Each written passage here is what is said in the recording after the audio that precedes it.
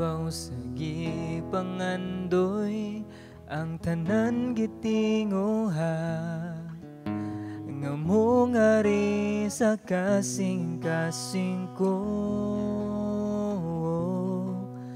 Sa imong presensya lamang ko matangbaw, ug sa matag adlaw gitinguha. Labaw sa gipangandoy ang tanan gitinguha, nga mo ngari sa kasing-kasing ko. Kaysa imong presensya lamang ko matangbaw, ug sa matag adlaw gitinguha. Sa presensya mo, sa presensya mo may kaayuhan, sa presensya mo kasiguruhan, sa presensya mo adunay kalipay. Sa presensya mo, Diyos, sa presensya mo, Diyos, ako nagtinguha. Labaw sa gipangandoy, labaw sa gipangandoy ang tanan gitinguha, nga mo ngari sa kasing-kasing ko. Kaysa imong presensya lamang ko matangbaw, ug sa matag adlaw gitinguha. Sa presensya mo may kaayuhan, sa presensya mo kasiguruhan, sa presensya mo adunay kalipay. Sa presensya mo, Diyos, sa presensya mo, Diyos, ako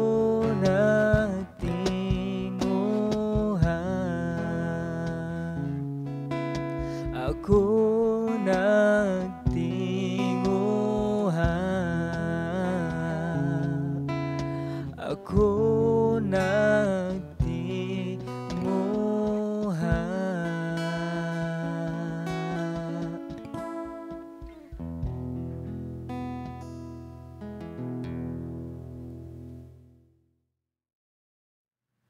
Mayong adlaw sa tanan, ako nagalaom og nagaampo nga namo karon sa maayo nga kahimtang og naa sa kahimsog. Padayon ta sa ato ang series diha sa Lucas kapitulo 12 bersikulo 1 hantod sa 12.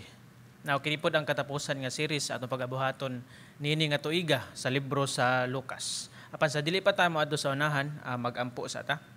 Ginoo, salamat nining kahigayunan nga imong gihatag dilay na sad nga panahon nga din makatuon kami sa imong pulong. Lamdagi matag usa ka kasing-kasing unahon na amahan nga diin amo kaning masabtan ug among maaplikar sa among Kristohanon nga pagkinabuhi. Tabangi kami, dalaygon ka sa walay katapusan sa ngalan ni Jesus. Amen ug amen. Balikon ko diha sa Lucas 12 kapitulo 12 bersikulo 1 hantod sa 12. Ako pagabasahon. Usa ka adlaw niana linibo ka mga tawo ang nagponsisok kaniya og tungod niini nagtinumbanay na sila. Mingon si Jesus pag-una sa iyang mga tinun-an, pagbantay kamo sa papatubo sa pan sa mga Pariseo nga mao ang pagpakaron ingnon. Bersikulo 2, bisan unsay gitabunan madayag og ang tanang tinaguan mabutyag. 3, busa bisan unsay inyong gisulti didto sa ngitngit madungog diha sa hayag, ug bisan unsay inyong gihunghong didto sa tinakpan nga lawak isinggit ngadto sa mga atop sa kabalayan. Sultihan ko kamo, mga higala, ayaw kamo kahadlok kanila nga makapatay sa lawas apan wala na ilaing mahimo. Tug-anan ko kamo, kinsa ang angay ninyong kahadlokan. Kahadloki ang Dios nga human mo patay may gahom sa pagtambog kang bisan kinsa ngadto sa impierno. Oo, kahadloki gayud ninyo siya. Versikulo 6, dili ba ang 5 kagagmayng langgam ibaligya man lang og 2 ka dako? Apan walay usa kanila nga malimtan sa Dios, bisan gani ang tanang buhok sa inyong ulo giihap niya. Busa ayaw kamo kahadlok, labaw pa kaayo kamo bili kaysa daghang gagmayng langgam. Bersikulo 8, sultihan ko kamo nga bisan kinsa magsugid atubangan sa katawhan nga siya akoa, mausab kini ang buhaton ngadto kaniya sa anak sa tawo atubangan sa mga anghel sa Dios. Apan bisan kinsay maglimod atubangan sa katawhan nga siya akoa, ilimod usab siya sa anak sa tawo atubangan sa mga anghel sa Dios. Bisan kinsay magsultig daotan batok sa anak sa tawo, pasayloon. Apan ang magsultig daotan batok sa Espiritu Santo, dili gayud pasayloon. Kung ikiha kamo nila didto sa mga sinagoga o atubangan sa mga gobernador o mga pangulo, ayaw kamo kaguol kung unsay inyong pagpangatarungan o unsay inyong isulti. Katapos ang bersikulo, kay inigabot ni anang panahon na tudloan kamo sa Espiritu Santo unsay angay ninyong isulti. Ang Diyos ng palangin ng daan sa mga pulong. So kini nga panahon is grabe na kainit ang mga Parisiho batok ni Ginoong Hesukristo og ato ang makita diri sa previous nga chapter, sa chapter 11 nga naay nagplot na ang mga eskriba ug mga Parisiyo ni Ginoong Hesukristo, pangitaan nila og unsa man ang ilahang makuha nga pwede i-charge nila ngadto sa ilahang nga balaod, or pangitaan nila og lusot, pangitaan nila og basically pangitaan nila og daotan. So og atong balikan ang bersikulo 11, if naka-remember mo sa wali ni Pastor Nico last week pa jud, nagsulti si Ginoong Hesukristo ngadto largo sa mga Parisiyo og mga expert sa mga balaod. Apan sa ato nga passage karon is nagsulti si Ginoong Hesukristo largo ngadto sa iyahang mga disipulo og sa mga tawo nga naa didto mahitungod sa Parisiyo. So now, atong mabantayan diri sa bersikulo 1 nga kaning giingon nga igpapatubo sa pan, or sa English 11, or yeast, is mauna ang gi-describe ni Ginoong Hesukristo ngadto sa mga Parisiyo kung unsa sila. So now, laktod nga pag-istorya, mga hipokrito ang mga Parisiyo ug mauna ang ilahang gipakita. Ug mausad na nga atong pagkatan-ahon karon ang kaning leaven of the Pharisees, ang hipokrito sa mga Parisiyo. Ug hopefully nga wala sa tay ato adiri nga makita sa karakter sa mga Parisiyo. So now, ato lang ni i-run through verse by verse ug sugdan ako sa bersikulo 1. Usa ka higayon ni ana linibo ka mga tawo ang nagpunsisok kaniya og tungod niini nagtinumbanay na sila. Miingon si Jesus pag-una sa iyang mga tinun-an. Largo nga to sa iyang mga tinun-an, pagbantay kamo, beware, or sa another nga translation, be on guard. Pagbantay kamo sa igpapatubo sa pan sa mga Parisiyo nga mao ang pagpakaron ingnon or living or hypocrisy. Like inana ang gisulti ni Ginoong Hesukristo dire. So now, ug atong tan-awon ang usa ka pan nga naay igpatutob naay yeast is gamay lang kayo siyang part, or gamay lang kayo siyang murag dili siya powder, gamay lang siya pero dako kayo ang yang ma-influence sa tibok nga pan. So now, mao pod ni ang atong makita diri sa bersikulo 1 nga ang yeast, ang hypocrisy, isama siya sa leaven nga little lang, gamay lang, pero huge kayo siya og kanang influence or impact. So now, inana ang karakter nga gipakita diri sa mga Parisiyo, mga hipokrito. So adunay tulo ka paagi usab sa Biblia nga gigamit ni ang kaning leaven or kaning kanang yeast.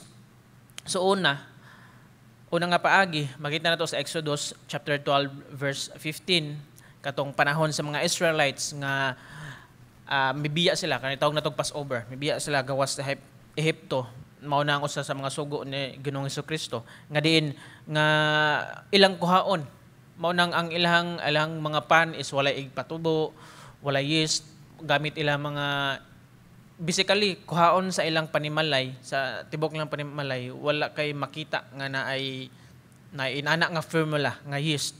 So kana nagsimbolo nga apil nga kana nga paagi is ilahang biyaan sa Ehipto, kay Passover mo gawas na sila, ilahang biyaan ang pagan nga influence tungod kay influence man sa Egypt, ilahang ibilin tungod kay moadto na sila sa wilderness, moadto na sila sa kamingawan.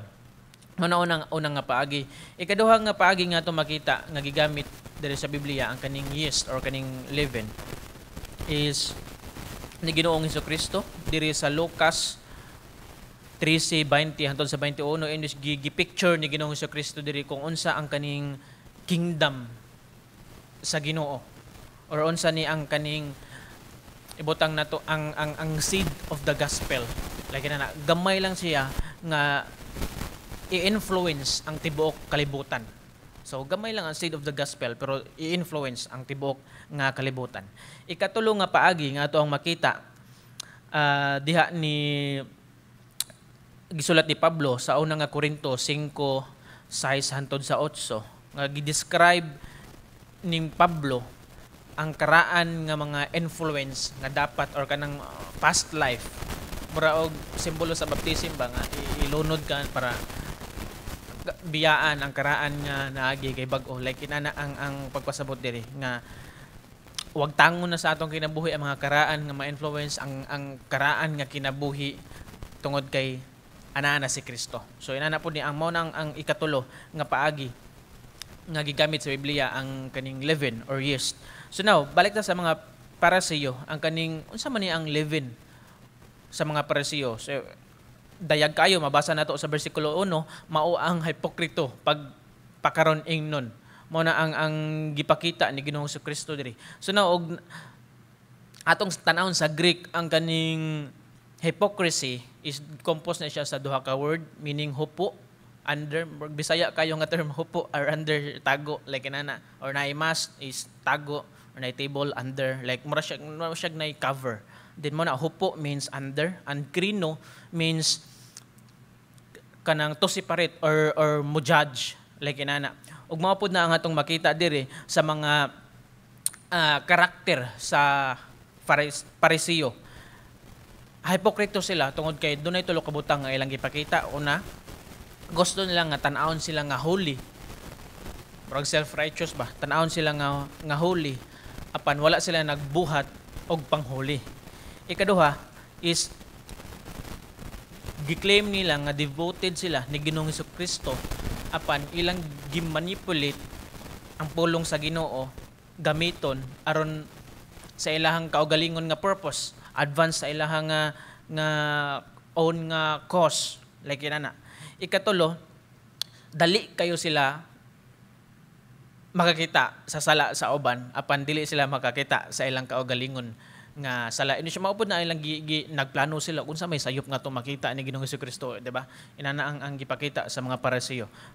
So sa karon nga panahon, usa ka butang mostly few lang siguro, pero nakadungog na ta nga ang simbahan is puno daw sa hipokrito nga mga tao tigpa karon ingnon.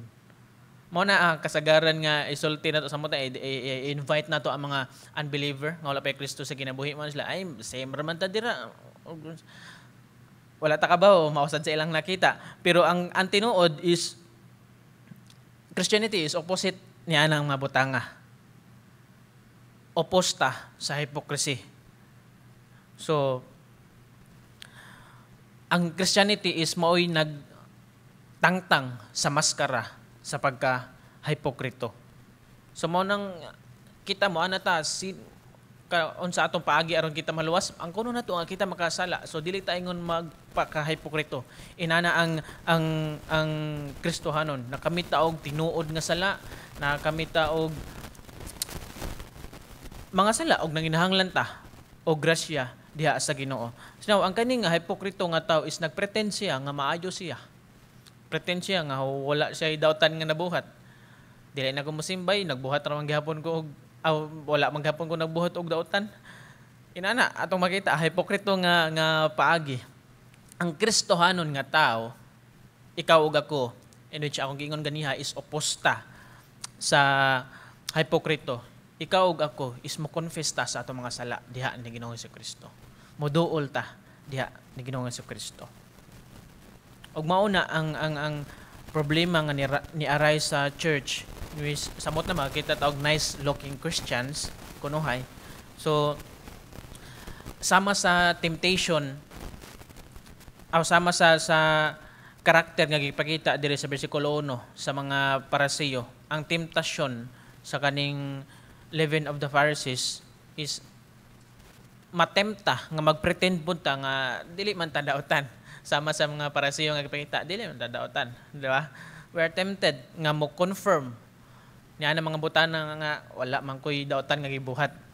Apan sa tinuod aduna. Duha ka butang nga atong makatunan dire ingon nga makatunan about sa hypocrisy. Una, ang hypocrisy is deception. Deception siya. So ang key idea sa hypocrisy is kaning pagtago or pagtago or hiding. Nagpretend sa ang karakter nga iyang gidala apan sa tinud-anay is dili na mao siya. So inana ang hypokrito ilang gi-convince ilang kaugalingon nga ang tanang butang is na control nako, okay nako, apan dili di ay wala ko gibuhat nga daotan apan naa di ay. So inana nagpretend sa ilang kaugalingon. And then sa ikaduha is ang hypocrisy is foolish o futile.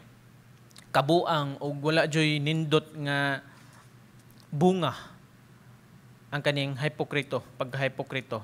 Nich mao po ni magtukmod nato sa bersikulo 2 hantod sa 3, bisan unsay gitabunan madayag ug ang tanang tinaguan mabutiyag. Busa bisan unsay inyong gisulti didto sa ngit-ngit madungog diha sa hayag ug bisan unsay inyong gihunghong didto sa tinakpan nga lawak isinggit didto sa atop sa kabalayan. Ang Christianity is all about kanang truth reveal. Ang unsa ang kamatuoran is mao jud ang ato ang isangyaw. Lagi na. So apart ana nga call or revelation, magpabilin kung kinsa ta kanang genuine ba, kung kinsa ta, kung unsa man jud ta. Lagi na nga pagi. So dili magmatter kung unsa ato ang pagabuhaton, kung pila ang atong gibayad sama sa ato makita karon sa ato ang gobyerno para dili makita nga wala sila daotan nga gibuhat. It doesn't matter. Eventually is madayag ang tanang butang. Makita ang tanang butang. Mo nang gisulti diri sa bersikulo 2 og 3. So now, niamata karon nakadungog sa mensahe sa Ginoo karon nga puno natay tinaguan nga usa ka track nga sekreto or maayo kay ta mo tago sa atong karaan nga kinabuhi. Mao ni ang harsh nga tinuod. Higala. Walay makatago kanunay sa daotan. Mo nang hypocrisy is dili siya makover hangtod-hangtod. Dili siya makover forever. Makita, maladlad, masayran tanan. Now, ang challenge nato here sa bersikulo 2 ug 3, muduol ta ni Ginoong Hesukristo og magpaka matinod-anon kaning genuine ba? Which maunang opposite sa hypokrito. Genuine. Atay sincero. Sincero nga kasing-kasing, sincero na karakter, dili pretend kundi sincero. So now ang genuine nga tao is mo admit sa iyang struggles, mo admit sa iyang failures, mo admit sa iyang mga weaknesses, sa iyang fears, nga misunderstanding. Ang genuine nga tao moduol kung nanginahanglan. Ang genuine nga tao is musulti sa matuod, dili tago-tago or pretend. Ang genuine nga tao is lang i-face ang mga struggles, circumstances, instead nga ilang tabunan o ilang ilubong kung unsa man ang daotan nga ilahang nabuhat. Atong ma-remember si Adan ug si Eva sa Garden of Eden. Disobey sila, ilang gitilawan ilang gikaon ang forbidden fruit. Naabli ang ilang matag usa ka mata, ilang pananaw. And then nitago sila gikan sa presensya sa Ginoo. Apan walay makatago sa presensya sa Ginoo. And then ang Ginoo may sulti. Adan, asa ka? Asa man imong gibuhat? Itago man ka like na ang Ginoo. Gipangitan niya si Adan. Wala nagpasabot nga ang Dios na wala og track ni Adan. Asa no kadto si Adan? Takas ba kadto sa Eden? Wala nagpasabot ni nana. But rather, gi-extend sa Ginoo nga i-face ang imuhang sayop. Duol diri nako like murag inana ang gipakita sa Ginoo. Og sometimes, dili sometimes, og kana nga pangutana usab is gipangutana usab sa matag usa kanato. Gipangutana kanako, gipangutana nimo. Tana ang Ginoo, asa naman ka? Musta man ka? Gibuhat na sa Dios dili para sa iyang kaugalingon nga benefit, kundi para sa ato nga moduol diha sa Ginoo. So now, moduol ta diha sa Ginoo, genuine nga kasing-kasing. Discover na to ang freshness of forgiveness. Now, sa versikulo 4 hantod sa 4 ug 5, sultihan ko kamo nga mga higala ayaw kamo kahadlok kanila nga makapatay sa lawas apan wala nay laing mahimo. Tug-anan ko kamo kinsa ang angay ninyong kahadlokan. Kahadloki ang Dios nga human mo patay may gahom sa pagtambog kang bisan kinsa ngadto sa impierno. Oo, kahadloki gayud ninyo siya. So nasayod na si Ginoong Jesucristo nga ang mga leader sa Israel nagplat na sa pagpatay kaniya or nangita og sayop mga parasiyo para i-charge niya nga kani labag ni sa atong balaod like na ilang gi-plot basically nagplot sila sa pagpatay ni Ginoong Jesucristo. And then dili lang ni lisod para kay Ginoong Jesucristo, apil pod sa mga disipulo ni Ginoong Jesucristo. Ang tanan nga sumusunod ni Ginoong Jesucristo is dako kayo og tsansa nga ma-persecute og mapatay pod, in which mostly sa kaning mga tawo nga nagsunod ni Ginoong Jesucristo is na-martyr sila tungod sa ilang nga pagtuo. So now, init na kayo ang kini nga panahon, grabe na ka like init gipamurag gihunt like inana. Ang kaning nga statement is dili ni siya irrelevant sa ato, in which irrelevant ni sa ato usab nga panahon, dili lang kay sa una, in which even karon nga atong mabasa sa international news ang Nigeria mga genocide nga to mga Kristohanon, sa China nag-advance ang CCP sa paghan sa mga Christian churches. Grabe ang persecution. And then sa ato karon dili man kayo nato sinati nga mura tagihan, mura tagigukod nga mura tagipatay, dili man nato inana nga sinati ang persecution apan sa lain nga paagi atong masinati. Example, economic persecution. Kanunay lisod, economic persecution, legal persecution. Ug naay bisan kaning public nga ridicule nga persecution tungod lang sa ato nga pagtuo. Tungod kay niini nga panahon na murag allergy na kayo ang mga tao nga magsulti ta, magsangyaw ta mahitungod og sala, magsangyaw ta mahitungod og judgment, magsangyaw ta mahitungod og accountability. Ug even ang right og wrong, in which mabaliktad na sa karon nga panahon. Kung mubarog ta diha ni Ginoong Jesucristo, mahimot ang target sa kadaghanan. Ug ang root sa evil, ang root sa hypocrisy is fear. Grabe siya ka-evil ako itong tanahon. So, mao ni ang fear is nagunahuna nga naay daotan pun gihuna-huna nimo. Like inana ba? Like maana ko nga basig lahi niyang gihuna-huna. So nagunahuna ko nga nagunahuna pud siya nga basig lahi yang tan-aw nako or like inana. Mo ang ato ang kahadlukan, murag gitawag na tog must game nga nagtabon ta og must ba. Unsa kay impress, unsa kay gi-think, unsa kay gi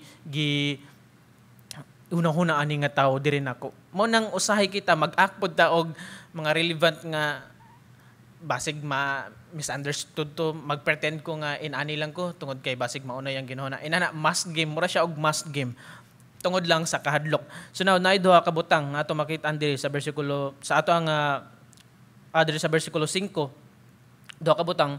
Una, ang proper fear. Fear. Ang like sakto nga kahadlok. O atong mabasa dira sa bersikulo 5, tug-anan ko kamo kinsa ang angay ninyong kahadlokan.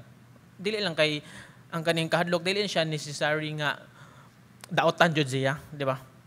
Naapoy sakto or proper nga fear nga ma-out ta in trouble. Malingkawas ta. So nagsulti diri sa nagsulti ang Biblia nga the fear of the Lord is the beginning of wisdom. Kahadlok sa Ginoo. Dayon appropriate na siya nga i-apply sa matagusan nato nga makabaton tag kahadlok diha sa Ginoo. Dili kahadlok nga mulayo ta sa Ginoo, kundi kahadlok nga muduol ta diha sa Ginoo. Ikaduha, sa bersikulo 5 gahapon, kahadloki ang Dios nga human mo patay may gahom sa pagtambog kang bisan kinsa ngadto sa impierno. Oo, kahadloki gayud ninyo siya. So now nag-remind diri si Ginoong Kristo nga ang kalibutan igo lang na makapatay sa lawas nato apan dili na makakuha sa tinuod nga kinabuhi sa eternity ngadto sa langit.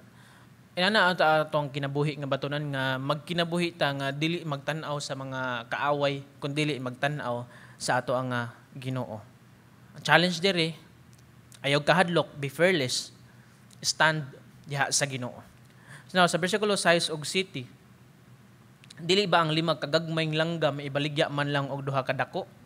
Apan walay usa kanila nga malimtan sa Dios. 7, bisan gani ang tanang buhok sa inyong ulo, gihap niya, bisan abusa ayaw kamo kahadlok, labaw pa kaayo kamo bili kaysa daghang gagmayng langgam. So now, hypocrisy is unnecessary. Mao na atong makita diri. So now, again, balik ta sa katong mask. Hypocrisy is nag-wear siya og mask na unsa ang iyang buhaton. Mura siya representation sa tao kung unsa na iyang mask nga gisuot. Mao na og sa drama pa ikaw ang kontrabida mao na, pero sa tinuod is dili jud ikaw, like inana. Dili jud na mao ang ikaw. So inana kumudol ta diha sa Ginoo, mudol ta diha sa Ginoo. Ang kana nga mask is dili na siya kinahanglan. It's not needed na, unnecessary na siya. Na kinahanglan.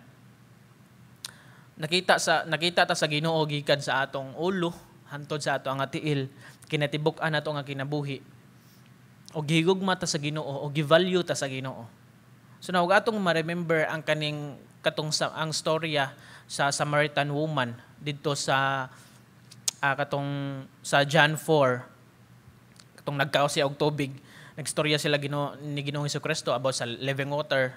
And then gi-confront pod ni Ginoong Kristo ang babae nga adto na siya 5 ka bana, then nagnapi siya kapuyo-puyo pa jud lagi nana. So sa kana nga panahon, ang babae is sa kato nga time ang babae kay nagsuot siya og mask. Nagsuot siya og mask nga nindot siya nga pagkababay. Apan nakurat gali siya kay nganong kabalo sa Ginoong Kristo nga naa siya 5 ka asawa, 5 ka bana nga sa tinuod niya nga kinabuhi. So at kana nga punto sa pag-confront ni Ginoong Kristo sa babae is gi-strip off ni Ginoong Kristo ang maskara, ang mask nga nagpretend ngadto sa babae. And then siguro sa pagkahibalo sa babae, nganong kasayod man yung tawhana nga na ako'y 5 ka niagi nga mga bana. Siguro mahadlok na ang babae o unsay mahitabo ang condemnation nga sunod nga mahitabo niya. Apan nakita sa babae ang gugma, ang forgiveness o acceptance nag-extend ni Ginoong Kristo. Gi-extend pa niya ang living water nga dili na ka mangita og lain or dili na ka uhawon kani. So inana usab ang ma-refer nato sa kaning nga bersikulo about sa kaning sparrow or kaning gagmay nga langgam or og kaning buhok sa ato ang ulo. Ang kanang argument is nagpasabot lang na from lesser to greater. Like wala man tay paki sa buhok, wala may nag-ihap og pila ka buhok ang buhok. Ang argument ana is lesser to greater. But pagpasabot kung concern si Ginoong Jesucristo sa pinakagamay nga detalye sa ato nga buhok, sa gamay nga detalye sa mga hanap ang langgam murag walay bili. Kung concern ng Ginoo sa gagmay mga butang, how much more sa dagko nga mga butang sa matag usa nato ka kinabuhi. Grabe gi-extend sa Ginoo, gi-demonstrate ang iyang gugma adto sa mga tao. Ang nag-remind si Ginoong Kristo nga nag-care siya og nahigugma matagusa nato. Ayo na pag-pretend, ayo na pag-hypocrisy, dili na siya kinahanglan. Unnecessary. Now sa bersikulo 8 og 9, sultihan ko kamo nga bisan kinsa magsugid atubangan sa katawhan nga si ako mausab kini ang buhaton ngadto kaniya sa anak sa tawo atubangan sa mga anghel sa Dios. 9 og 10, apan bisan kinsay maglimod atubangan sa katawhan nga si ako ilimod usab siya sa anak sa tawo atubangan sa mga anghel sa Dios. Bisan kinsay magsultig daotan batok sa anak sa tawo pasayloon, apan ang magsultig daotan batok sa Espiritu Santo dili gayud pasayloon. Daghan biyag debate ani nga punto. So now, og atong hunahon, kung adun natay panitan ako'y amigo natay common friend, and then na siya lain pod nga grupo, and then miduol ko sa katong nga friend, and then iya nisulti sad sa iya nga circle nga friend nga, uy kailan ini mo siya? Di na nako kailay murag gilimod ta ba atubangan nga amigo man unta ta, o like inana nga scenario. So sa atong una-unaon, magpabilin pa baka kung amigo ani niya nga gilimod gali ko sa circle of friends niya kay dili daw ko friends niya, like inana nga punto. So bati kayo ang gawas ana. So sama sab sa istorya diri ni Ginoong Jesucristo nga kung dili mo stand nako diha sa public, surely nga dili mo devoted nako in private. Mao ni ato makita diri nga hypocrisy speaks in words and silence. Words of speech public, silence private. Sa last chapter ato makita diri ang pag-accuse sa mga Pariseo nga si Ginoong Jesucristo nag-cast out daw og demon pinaagi sa gahom ni Satanas. Grabe ka, suppose mao ni ang blasphemous nga accusation nga atong makita. So nakita nila kung unsa ka milagroso ang gibuhat, unsa ka powerful, og dili nila ma-deny kung unsa ka supernatural nga gibuhat ni Ginoong Jesucristo. So ang gibuhat sa mga Pariseo ilang atakon ang source sa power. Mao nang gitawag na tog hypocritical attack. Mao na atong makita dira nga nag-behind the mask gihapon sila, nagpretend gihapon sila og ilang gi-confront ang source sa power, in which mao na ang nag-expose sa weaknesses og sinfulness sa mga Pariseo. Ilang gi-attack si Ginoong Hesukristo. Mura siya smoke screen nga attack, like inana nga paagi. Tago lang sila, tira lang, like inana ba, preheat lang. So inana ang atong makita dira sa karakter sa gipakita sa mga Pariseo. And then kaning blasphemy against the Holy Spirit, actually daghan ni og mga debate diri, daghan mga idea, daghan og mga argumento ni mga butangan na uban nga moagree nga mosulti og sa daotan nga espiritu, sa daot sulti og daotan ngadto sa espiritu is dili na mapasaylo, na uban nga mo-argue nga okay ra man na, like na depende siguro sa tao. But in which atong makita diri kung unsa ang atong klarohon, kung unsa ang gisulti diri ni Ginoong Hesukristo. So nagsulti siya diri. Sultihan ko kamo bisan kinsa sa bersikulo 10, bisan kinsay magsultig daotan batok sa anak sa tawo pasayloon, apan ang magsultig daotan batok sa Espiritu Santo dili gayud pasayloon. Og atong ibutang sa sitwasyon, nikayab ang Ginoo ang iyang gibilin is mao ang Holy Spirit. And then ato nang mabasa ang Holy Spirit maoy tigtabang, ang Holy Spirit maoy tigpa-remind, in which ang Holy Spirit, og atong mabasa sa katapusan nga bersikulo, ayaw ka mo dapat nga kahadlo kung unsa inyong sulti kay magtabang ang balang Espiritu Santo. But pasabot nga ang kaning nagblaspheme sa Holy Spirit, di siya directly nga nagsulti jud kag daotan, kundi ang state sa ato nga kinabuhi, kung dili ta mo tuo sa gibuhat ni Ginoong Jesucristo, in which dili pwede nato i-separate ang si Jesus Christ, ang God the Father o God the Holy Spirit. Dili na siya pwede nga to nga i-separate. In which akong nabasa diha sa versikulo 10 nga nagbuhat si Ginoong Jesucristo og distinction. Ngano man nga ang mosulti sa anak sa tao or ni Jesus Christ is okay lang, apan ang mosulti ngadto sa Holy Spirit is dili siya mapasaylo. Tungod kay it is possible nga makita nato si Ginoong Jesucristo kung kinsa siya, apan dili nato siya ma-recognize kung kinsa siya. Apan, kung atong i-deny ang kaning lihok or power sa Holy Spirit, o niya ato nang i-reject nga kana nga power, is wala joy, ibutang to, walay higher nga realm or of evidence or influence nga pwede makaguide na to kung ato nang i-reject nga kana nga pagtuo, kana nga truth.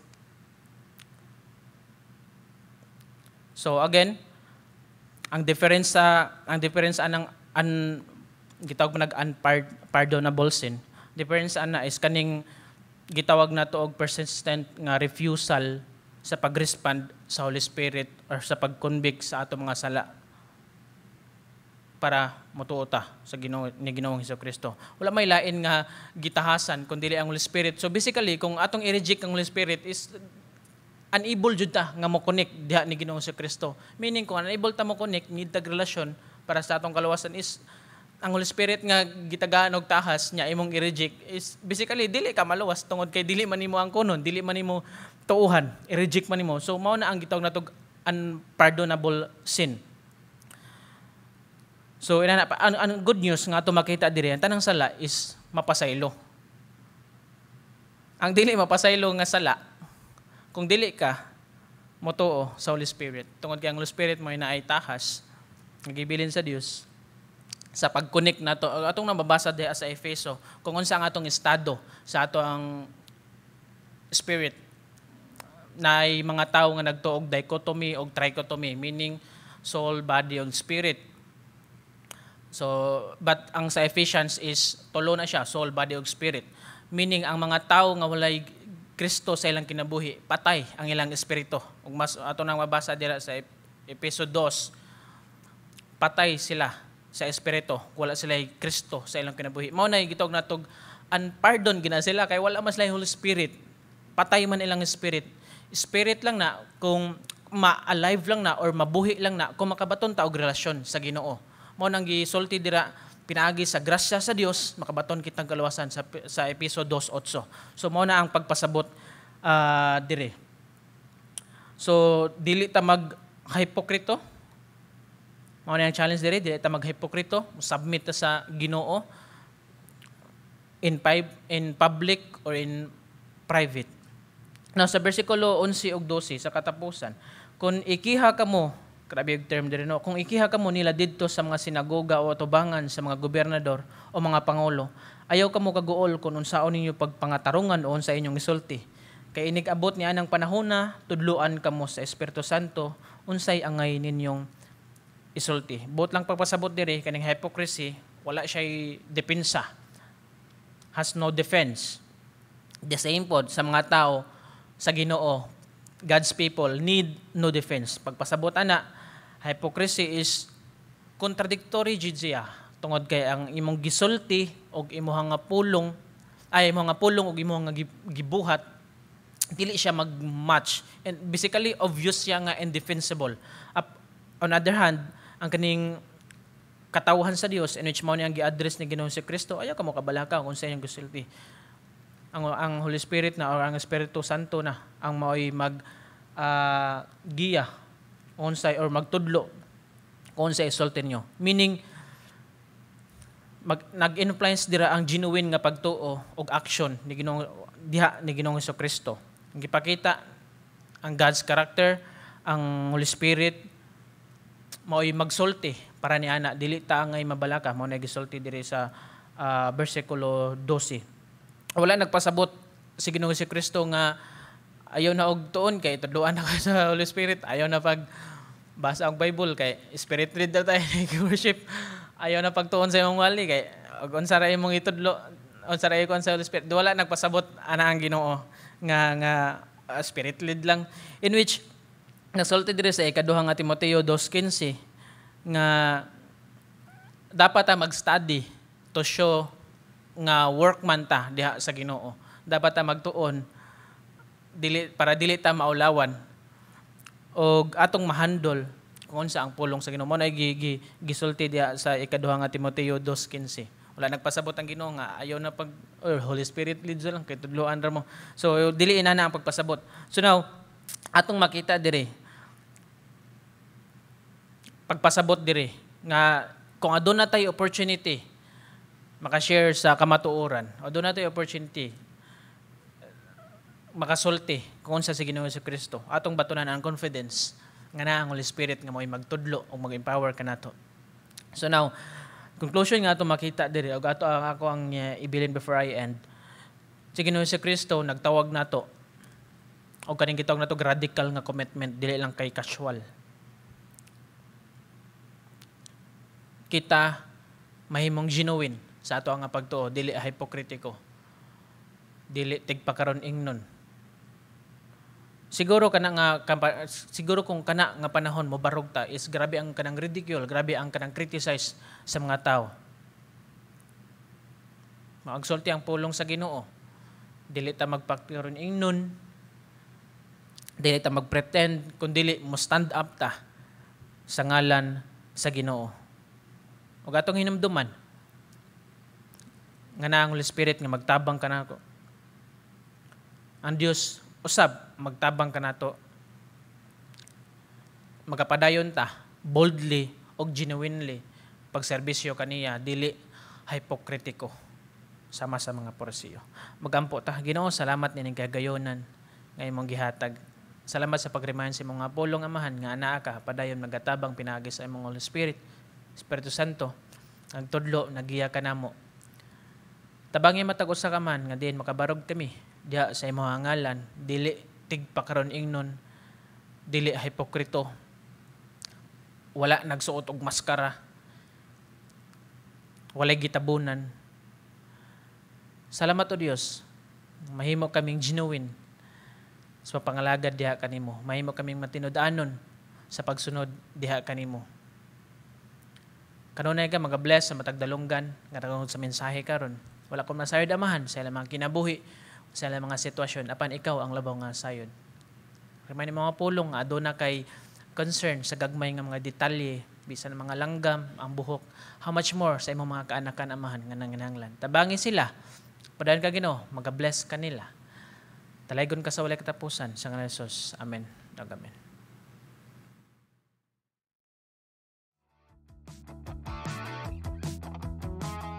Join our regular Bible study groups on Tuesdays and Sundays, 8 to 9 p.m.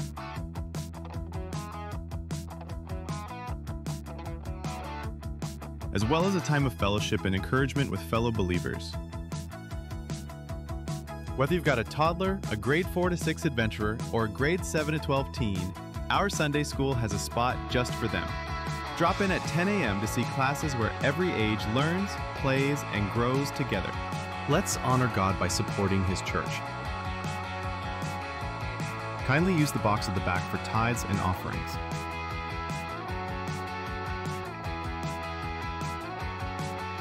Follow our Facebook page to stay updated on church activities.